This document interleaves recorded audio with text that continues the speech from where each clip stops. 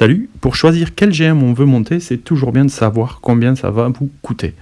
Pour ça, allez sur le site FOE GitHub et là, au lieu de faire les investissements en GM, vous allez dans les prévisions du coût du GM. Alors, sur cette section-là, vous avez à nouveau tous les GM disponibles et donc la particularité, c'est qu'au lieu de sélectionner un seul niveau, vous pouvez sélectionner une tranche de niveau.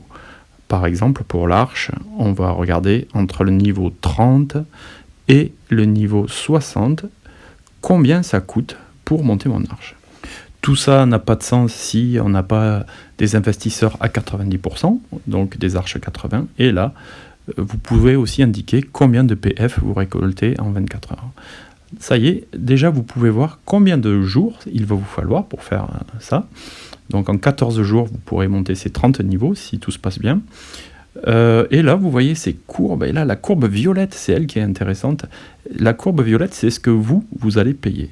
Et vous avez une petite fenêtre qui résume pour chaque niveau le nombre de PF à poser, le nombre de PF que vous allez récupérer et le coût total du niveau.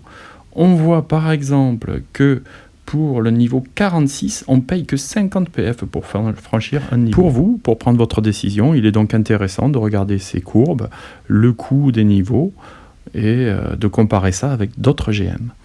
Cette petite phrase aussi, là-haut, résume bien la situation. Du niveau 30 à 60, il faut investir 3000 PF.